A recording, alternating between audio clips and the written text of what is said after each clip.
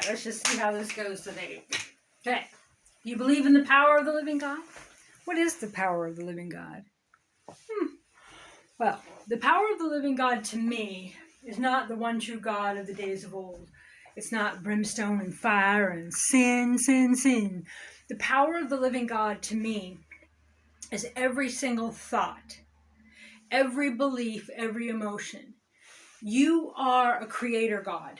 You create your reality based on your thoughts and your belief.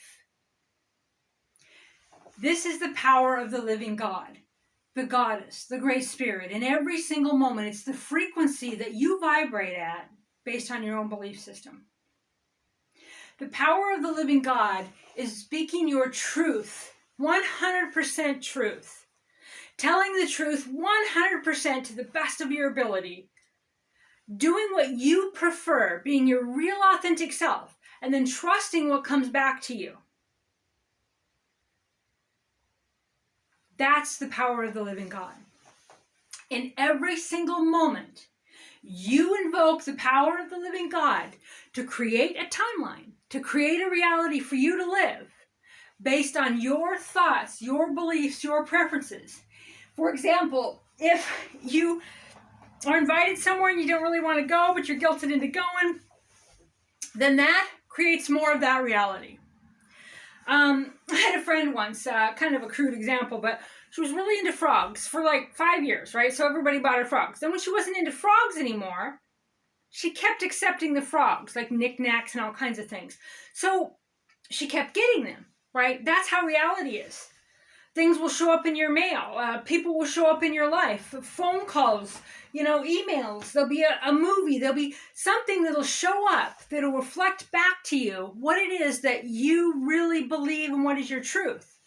Okay, so they might have believed that they didn't really like them. They're not into frogs anymore, okay? But they're constantly showing that and feeding a frequency that they're into something they're not.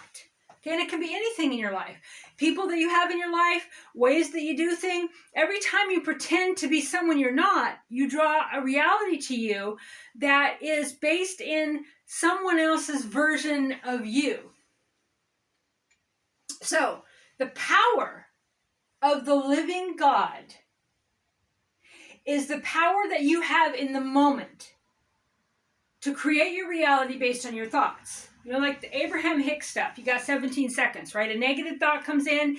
If you feed it, then you're feeding that frequency. Yeah, we have phantom thoughts. We have pain bodies and traumas that come up. So you feel it, but don't put a story to it. Don't feed that negative feeling of a life you don't prefer. That's the power of the living God. The power of the living God is in every single moment in your thought and your belief. Okay, so when I do, I forget the book I was studying on the power of the living God, but they come up to you in the street with the power of the living God, like all different religions use that. Well, the spiritual, the occult, the metaphysical, the new earth, the quantum stuff that I've studied is about your frequency, your field, drawing from the field that's already there based on what you prefer, your repeated thoughts. The life you want, the timeline you want is right there. You just have to vibrate at it. Much like, when you're in the car and you turn on the radio, you can't listen to the rock station and the country station at the same time. Wherever you tune the frequency, that's the reality that you get back. And so a couple of years ago, I started doing the, calling out the power of the living God.